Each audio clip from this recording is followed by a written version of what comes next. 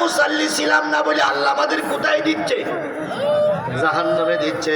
এবার জান্নাতের লোকেরা প্রশ্ন করবে, জাহান্নামীরা লোকেরা প্রশ্ন করবে, 2 নম্বর লাইনে তোমরা কারা দাঁড়িয়ে আছো? একটু ক্লিয়ার করো, একটু প্রশ্নের উত্তর দাও। 2 নম্বর লাইনে তোমরা কারা দাঁড়িয়ে আছো? ওরা উত্তর দেবে, ক্বালু লাম নাকু মিনাল মুসাল্লিন ওয়া লাম নাকু নুতিমুল মিসকিন। আমরা মিসকিনকে খেতে দিতাম না, আমরা মিসকিনের মাল খাওয়া পাটি, গরিবের মাল খাওয়া পাটিগুলো আমরা জাহান্নামের 2 নম্বর লাইনে দাঁড়ায় আছি। এবার বলুন তো, গরিবের মাল খাওয়া পাটি আমার সমাজে বেশি না কম? আরো জোরে বলেন, বেশি না কম? বিগত 15টা বছরে যত সম্পদ বিদেশে পাচার করা হয়েছে, এই সম্পদগুলো যদি আমার দেশে থাকতো, আমার দেশ গরিব হতো না। কি খাওয়া খাইছে! একটা ওয়ার্ডের সভাপতি কোটি কোটি টাকার মালিক, একটা ইউনিয়নের সভাপতি 10টা ব্যাংকে টাকার মালিক। কথা বলেন ঠিক না ঠিক?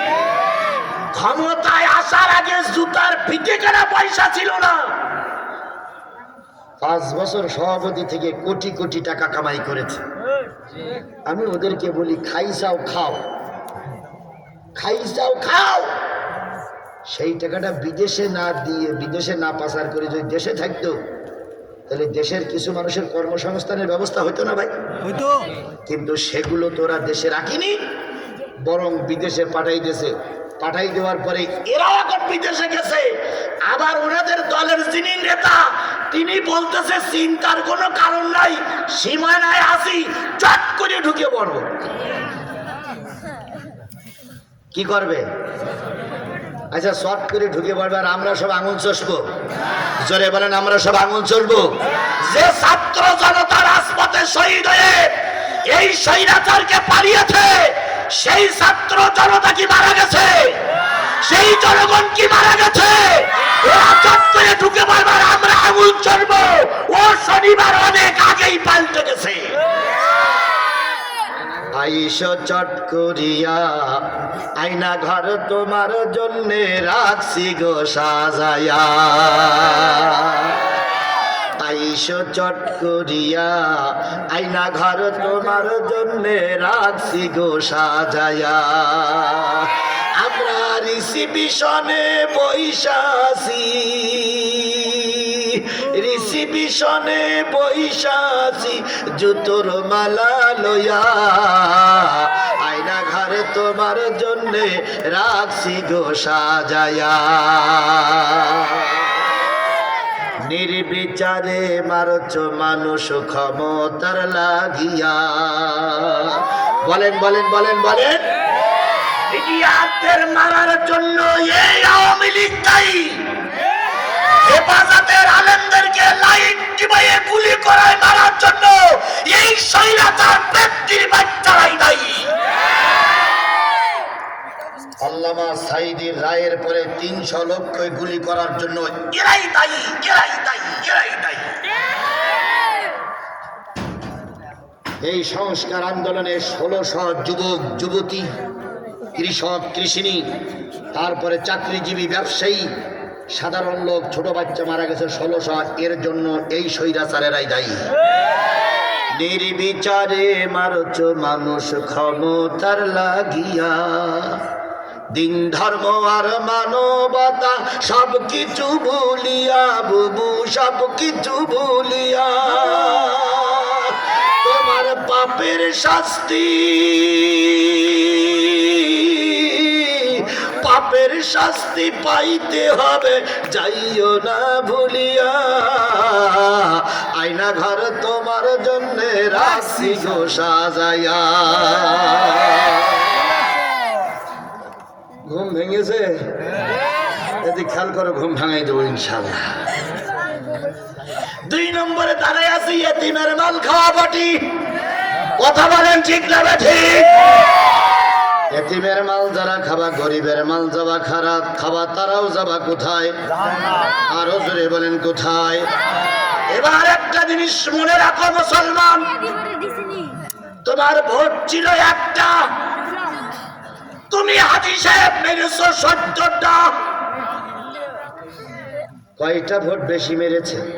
68টা। বেশি মারিনি, 69টাই বেশি মেরেছে। কয়টা?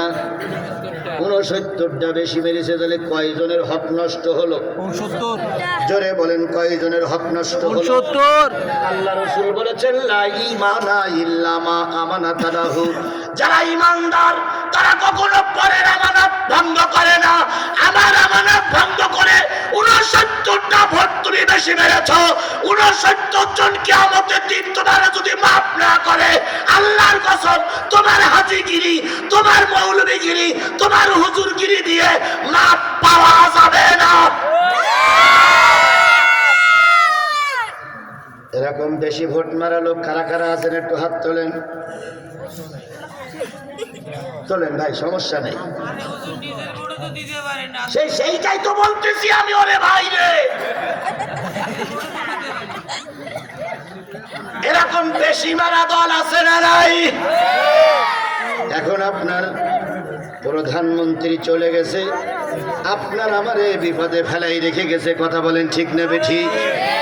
পৃথিবীর ইতিহাসে কখনো কোনো মা সন্তানকে রাজপথে পালাই যায় না। শুধুমাত্র একটা মাকে দেখলাম যে মা তার কর্মীদেরকে রাজপথে ফেলাই রেখে পালাইয়া গেল। কয়জন মাকে দেখেছি? খালেদা জিয়ার দল আপনারা করেন আর না করেন আপনাদের ব্যাপার। খালেদা জিয়ার রায় হলো, খালেদা জিয়া জেলে কাটলো, খালেদা জিয়া মামলা হলো, পালাইয়ে যায়। বাংলাদেশ জামাত ইসলামীর বিশ্ব নন্দিত আলেম আল্লামা সাঈদী মারা গেল। বিশ্ব আন্দোলনের বিশ্ব নেতা মতিউর রহমান নেজামীরে অন্যায়ভাবে ফাঁসির কাস্টে ঝুলানো হলো। আব্দুল কাদের মোল্লারে ফাঁসি দিল। আলী হাসান মোহাম্মদ মুজাহিদকে ফাঁসিতে ঝুলানো হলো। এত রক্ত ঝরলো, ময়দান ছেড়ে জামাত শিবিরের ছেলেরা পালায়ে কি গেছে? কথা বলেন না কেন? গেছে। নিবন্ধন বাতিল হলো, জামাত ইসলামের নাম বাতিল হলো, মার্কা বাতিল হলো, কেন্দ্রীয় অফিস থেকে শুরু করে একেবারে ইউনিয়নের অফিস পর্যন্ত সব অফিসে কি লাগালো? তালা লাগালো। জামাত শিবিরের লোক কি পালাই গেছে? আর এরা প্রায় বলতেন আমরা পালাই না, আমরা পালানো জাত নই। ফখরুল সাহেব আপনার বাসায় একটু জায়গা দিবে? কি বলতে বলেন বলেন বলেন। বলিনি এরা, বলিনি এরা, বলিনি এরা, বলিনি। ফখরুল সাহেব আপনার ঠাকুরগার বাসায় একটু জায়গা দিবেন? এখন ফখরুল সাহেব বলতেছে দরজা তো খুলে রেখেছি, মেহমান তো পাচ্ছি না।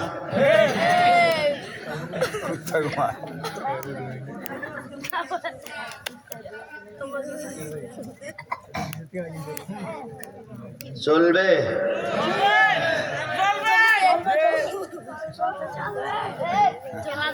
কিছু লোক হয়তো বলতে পারেন যে হুজুর এগুলো কেন, প্রশ্ন আসতেই পারে। কিন্তু আল্লাহ বলতেছে যারা এতিমের মাল খাবে, গরিবের মাল যারা খাবে, আর এই কাজে যারা সহযোগিতা করবে, ওই নেতাও জাহান্নামী, সহযোগীরাও জাহান্নামী।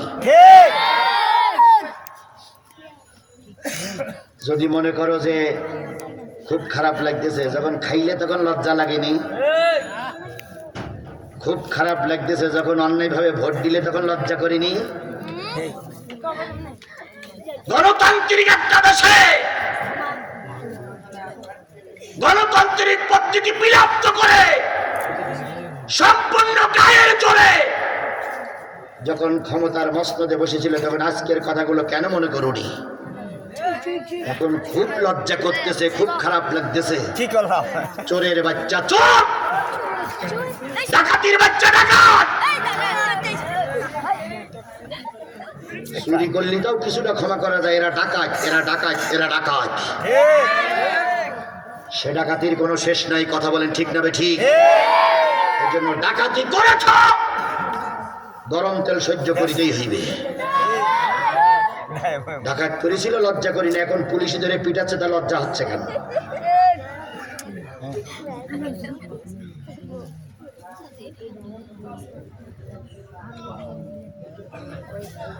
ভাই, আমি বাইরের মানুষ, যদি মনে করেন যে আমার এই আলোচনা আপনাদের খারাপ লাগতেছে, ছোট সিরকুট দেবেন, আমি শেষ করে দেব। একটা জিনিস মনে করেন ভাই, আমার ক্যাসেট শুনে কিন্তু আপনারা দাওয়াত করেছেন আমার। আমি কিন্তু নতুন কোনো বক্তা নতুন সাজে সেজে আসিনি। আমাকে যে কায়দায় ক্যাসেটে শুনেছেন সেই কায়দায় আমার অফ চলছে। যদি আপনারা সহ্য করতে নাই পারবেন তাহলে আমার দাওয়াত দেওয়ার দরকার কি? আমাকে যখন ডেকে এনেছেন আমার কায়দায় আমাকে কথা বলতে দিতে হবে। যদি ভালো না লাগে আগামীতে দাওয়াত করবেন না, দুঃখ নেই, কিন্তু আজকে 11:30 পর্যন্ত আসি এই কায়দায় চলবে। কারা কারা রাজি আছেন দুই হাত উঁচু করে আল্লাহ দেখাইবেন তো? বাস, আল্লাহ হাতগুলোরে কবুল করুক। জোরে একটা তাকবীর দেন, নারায়ে তাকবীর। আল কোরআনের আলো, আল হাদিসের আলো, তোমার নেতা আমার নেতা। বাস, বেশি লোকের দরকার নেই। যে কজন লোকগুলো আছে তাদেরকে বলি যার যা আছে তাই নিয়ে তৈরি থাকো। যদি কেউ বাধা দেয় মোকাবেলা এখানেই হবে। কথা বলে ঠিক না বেটি? আসবে যেখানে, বাস, প্রতিবাদ হবে যেখানে, প্রতিরোধ হবে সেখানে। ফাজলামি করার জায়গা থাকলে অন্য জায়গায় করো। আমি কিন্তু বিদেশ থেকে পাসপোর্ট করে আসিনি, আমি এদেশের একজন বৈধ নাগরিক। কথা বলেন ঠিক না বেঠিক? তোমাদের যদি চুরি করে ডাকাতি করে বেনামাজি হয়ে রাজপথে গুন্ডামি করার, তোমাদের যদি গুন্ডামি করার অধিকার থাকে, আমার কোরআনের কথা বলার অধিকার অবশ্যই আছে, অবশ্যই আছে। আল্লাহ রসুল বলতেছেন, আল্লাহ বলতেছেন কয় শ্রেণীর মানুষ জাহান্নামের সামনে দাঁড়িয়ে আছে? তার ভিতরে একজন কারা? দুইজন হইল, 2 নম্বর হলো গরিবের মাল খাওয়া পার্টি। আল্লাহ নবী সাল্লাল্লাহু আলাইহি ওয়াসাল্লাম গরিবকে খাওয়াইছেন না গরিবের মাল খেয়েছেন? জোরে বলেন, গরিবকে খাওয়াইছেন না গরিবের মাল খেয়েছেন? গরিবকে খাওয়াইছেন। তুমি আর আমি যদি জান্নাতে যেতে চাই গরিবের পাশে থাকা লাগবে। আমরা গরিবের পাশে থাকি যখনই ভোট নেবার সময় হয়। কি কায়দায় সালাম দেয়, কি কায়দায় জনগণের খোঁজ খবর নেয়। ভোট হয়ে যাওয়ার পর আর জনগণের খোঁজ ওই সমস্ত নেতারা রাখে না। নেতায় একখান পাইছি ভাই, আব্দুল কাদের দুলা ভাই। এই দুলা ভাইয়ের চরিত্র ফুলের মতন পবিত্র। দুলা ভাই আছে যেখানে আমরা আছি সেখানে, দুলা ভাই ছিল যেখানে তোমরা ছিলে সেখানে। দুলা ভাই এখন কবরে, তোমরা কেন উপরে? এতদিন পর্যন্ত স্লোগান দিয়েছে, আপা আছে যেখানে আমরা আছি সেখানে। আপা তোমার ভয় নাই, আমরা আছি লক্ষ ভাই। আপা গেছে ভারতে, আপা গেছে ওপারে, তুমি কেন এপারে?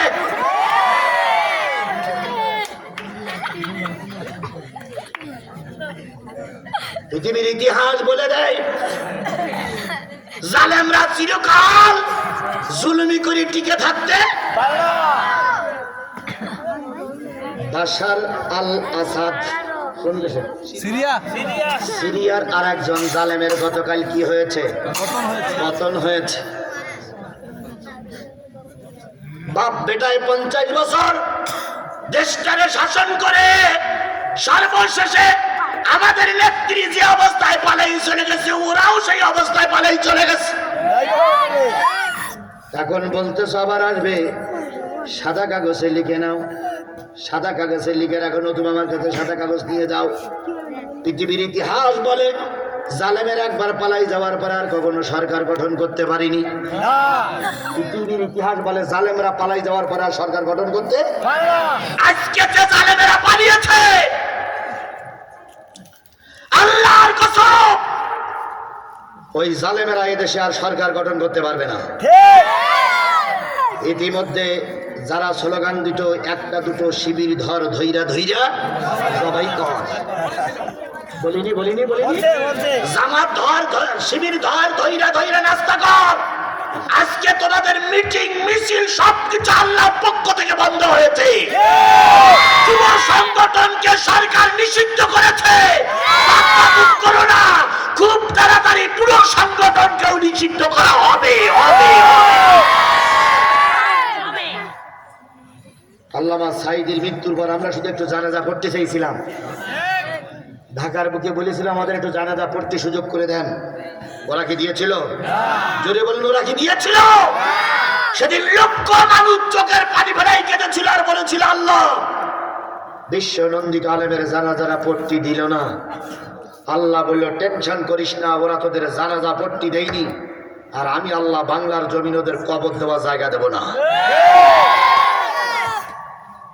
তোমরা আমাদের জানাজা বন্ধ করেছিলে, আর আল্লাহ তোমাদের টোপলা টুপলি বেদি নিয়ে বিদেশে নিয়ে গেছে। এদেশে আর কবর দেওয়ার জায়গা তোমাদের হবে না।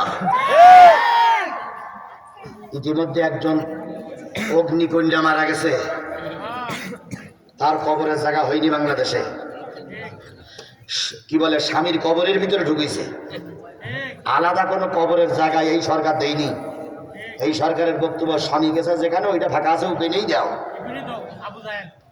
তাহলে বোঝো, সামান্য একজন এমপি মন্ত্রীর কবর দেওয়ার জায়গা হচ্ছে না। আর যারা বাকবাগুন করছো, তোমার নেত্রীও আসতে পারবে না। বেশি বাকবাগুন করলে তোমার ম্যাডাম যেখানে গেছে তোমাদেরকেও সেখানে পাঠানো হবে জুতা পিটা করে।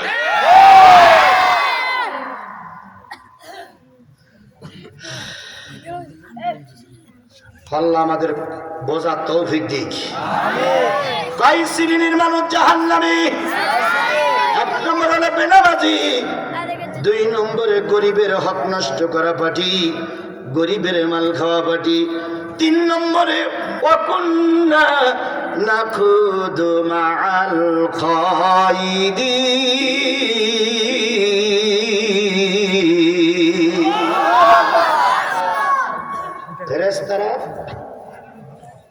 ফেরেশতারা আর ওপরের জান্নাতি মানুষরা বলতেছে, আচ্ছা বুঝলাম, সামনে দাঁড়িয়ে আছো কারা? বেনামাজি। মাঝখানে দাঁড়িয়ে আছো কারা? গরিবের মাল খাওয়া বাড়ি। তোমাদের পিছনে যে লোকগুলো দাঁড়িয়ে আছে, এই লোকগুলো তো হুজুর হুজুর বলা দেখা যায়। মনে হচ্ছে তোমাদের খানকা শরীফ ছিল, মনে হচ্ছে তোমরা বক্তা, মনে হচ্ছে তোমরা মসজিদের ইমাম, মনে হচ্ছে তোমরা মাদ্রাসার প্রিন্সিপাল। তো তোমরা এখানে আসলে কেন? তিন নম্বর অকুন্না নাখুদু মাল খায়দিন। ওই লোকগুলো বলবে, ও ফেরেশতা, ও জান্নাতি মানুষেরা, আমরা ধর্ম চর্চা করতাম, ধর্মের লেবাস ধরে থাকতাম, ধর্মের লেবাস ধরে মানুষের কাছে থাকতাম, কিন্তু আমরা দিন কায়েমের পক্ষে ছিলাম না। পরনিন্দুকদের সঙ্গে আমরা সঙ্গ দিয়ে হুজুরদের কিভাবে মারা যায়, হুজুরদের কিভাবে জেলখানায় ঢুকানো যায়, হুজুরদের কিভাবে ফাঁসিতে ঝুলানো যায়, এই ফর্মুলা জালেম সরকারকে আমরাই দিতাম।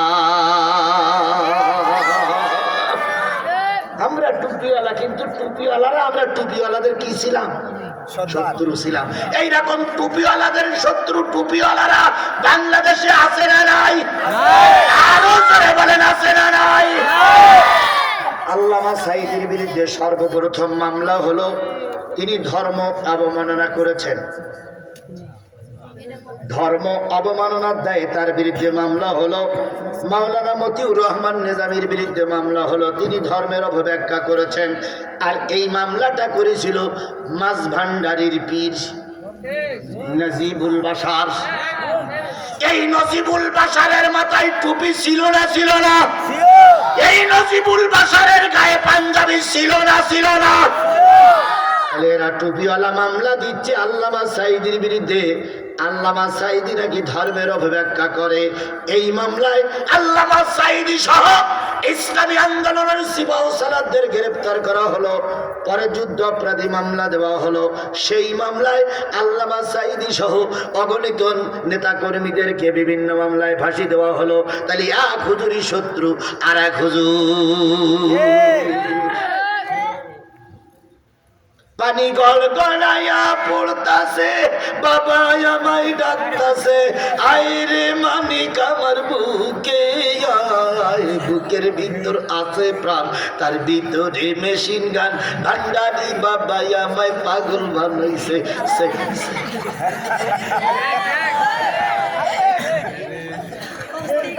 আছে না নাই, আছে না নাই, আছে না নাই? এই জাতীয় লোকগুলোই আলেমদের শত্রু। কথা বলেন ঠিক না ঠিক? এবার হয়তো কিছু লোক ভাবতে পারেন আপনারা কিছু পীরের মুরিদ, যেহেতু কুমিল্লা নোয়াখালী পীরের আখড়া, এখানে এমন কোনো জায়গা নেই যেখানে পীরের বসবাস নেই। আমি পীরদের বিরোধিতা করি না, আমি নিজেই একজন ফুরফুরা সিলসিলার মানুষ। আমার দাদা ছিল ফুরফুরার লোক, বাবা ছিল ফুরফুরার লোক, আমার পরিবার ছিল ফুরফুরার লোক। আমি একজন ফুরফুরার অনুসারী মানুষ। আমি পীরদের বিরোধিতা করি না, কিন্তু পীর নামক ভাণ্ডদেরকে আমি কখনো মেনে নিতে পারি না। যদি হক্কানি পীর হয় তাহলে আমরা কি জানাই? আরো জোরে বলেন, কি জানাই? হক্কানি পীরকে আমরা স্যালুট জানাই। একজন পীর আপনাদের এখানে ওয়াজ করে, ফাইজি নাকি? মুস্তাক হোসেন ফয়েজি। মুস্তাক ফাইজি, মুরব্বি মুরব্বি। ইনি হলো কি ফয়েজি? মুস্তাক ফয়েজি। আমি ওনাদেরকে স্যালুট জানাই, কারণ ওনারা হলো দিন কায়েমের পক্ষে। কথা বলেন, এই জাতীয় সব পীরগুলো যদি দিন কায়েমের পক্ষে থাকতো, আল্লামা সাঈদীর ভাত জেলে যাওয়া লাগতো না।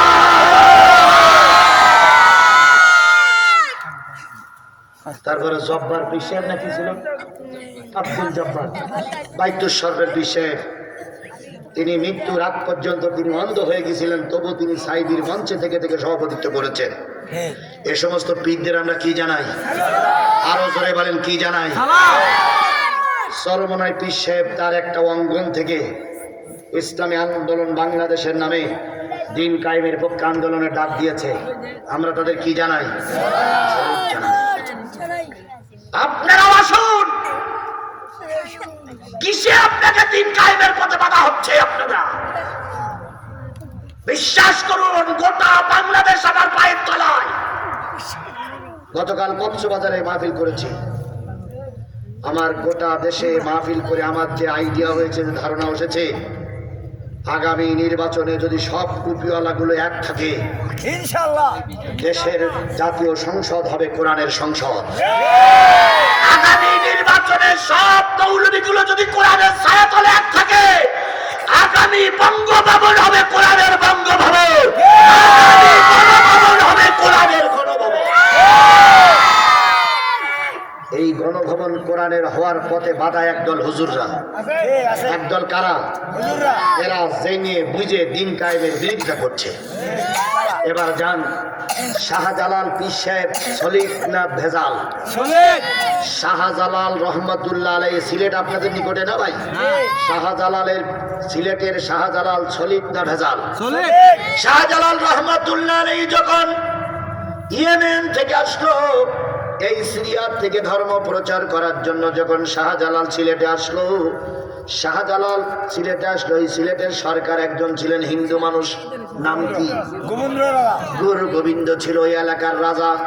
গুরু গোবিন্দ শুনলেন শাহজালাল আসতেছে, সঙ্গে 18-20 জন লোক আছে।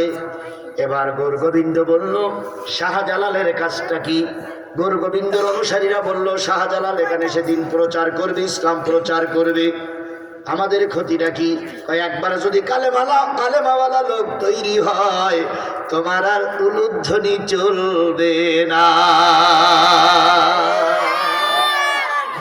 তাহলে কি করিতে হইবে? কি করিতে হইবে? শেখ হাসিনার বড় ভাই গৌর গোবিন্দ এ বলল, হুজুর যেন না আসতে পারে, সেই পথ বন্ধ করো। কিভাবে বন্ধ করতে হবে? কয় হরতাল ডেকে দাও, ওই দিন কেউ ঢাকায় বেরোবে না, ওই দিন হুজুরদের কথা কেউ শুনবে না। একজন বলল, শোনেন, দেশের মানুষ এত উতালা হয়ে গেছে, হরতাল ডেকেও মানুষকে ঘরে বন্দি করে রাখা যাবে না।